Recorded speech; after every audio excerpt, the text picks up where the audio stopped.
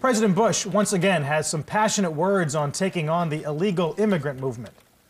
We need to resolve the status of the illegal immigrants who are already in our country without animosity and without amnesty.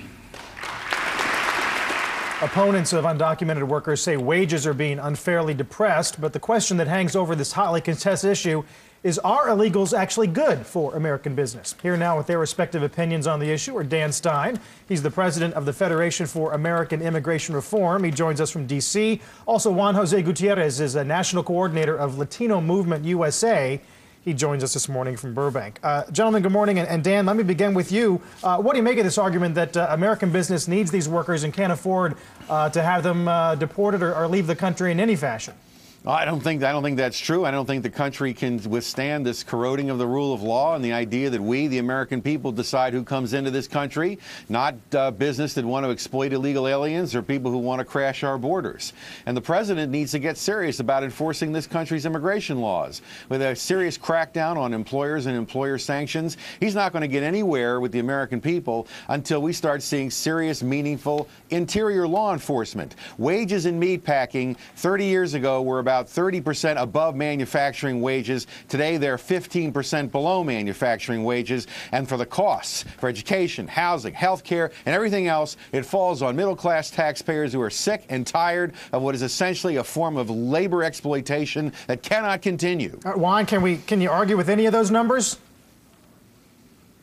Well, look, I think that what we really need to focus on is the fact that undocumented immigrant workers are part of the American economy as we have it today and have been for a very, very long time.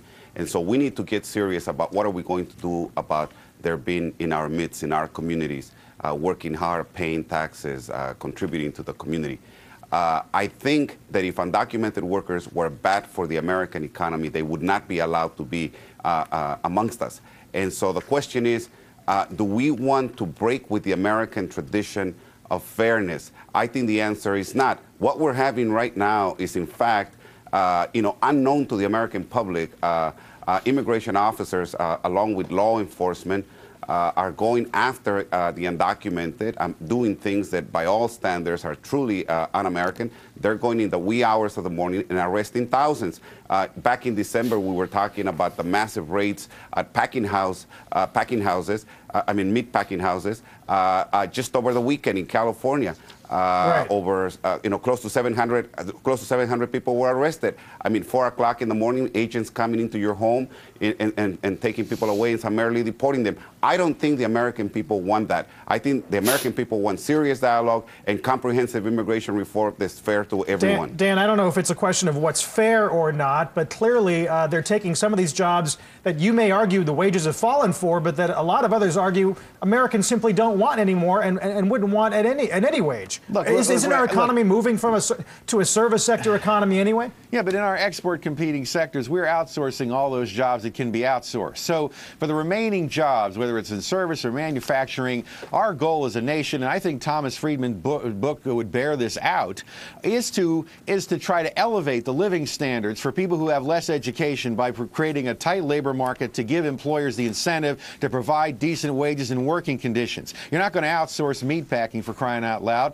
So the old American tradition of providing strong labor bargaining leverage and the opportunity for the American dream is being corroded and undermined by a system of lawless labor exploitation that simply has to stop. If that's true, then why is the president taking this tack? He's not a political idiot. The president, let me tell you something, if the president is not a political idiot, you're the only one who has that opinion, okay? I mean, how many years, the fact that the president thinks amnesty is a good idea is reason enough to oppose it, because this guy hasn't had a good idea in 6 years. I mean, how many times does he have to go back to Congress with bad ideas and get rejected before he starts thinking, maybe I got to change my approach here, and maybe what we really need to see is secure borders, tough immigration enforcement, and bringing the overall immigration levels down. Juan, there's no question this stirs up some pretty deep emotions in people, right? Of course. Look, but the fact is that people are not coming into this country in the numbers that they were coming in the past. I mean, all the security measures undertaken by the federal government are providing, some solid results. I think that what we need to do here is to begin the process of really engaging in a national conversation about how we go about enacting responsible immigration reform.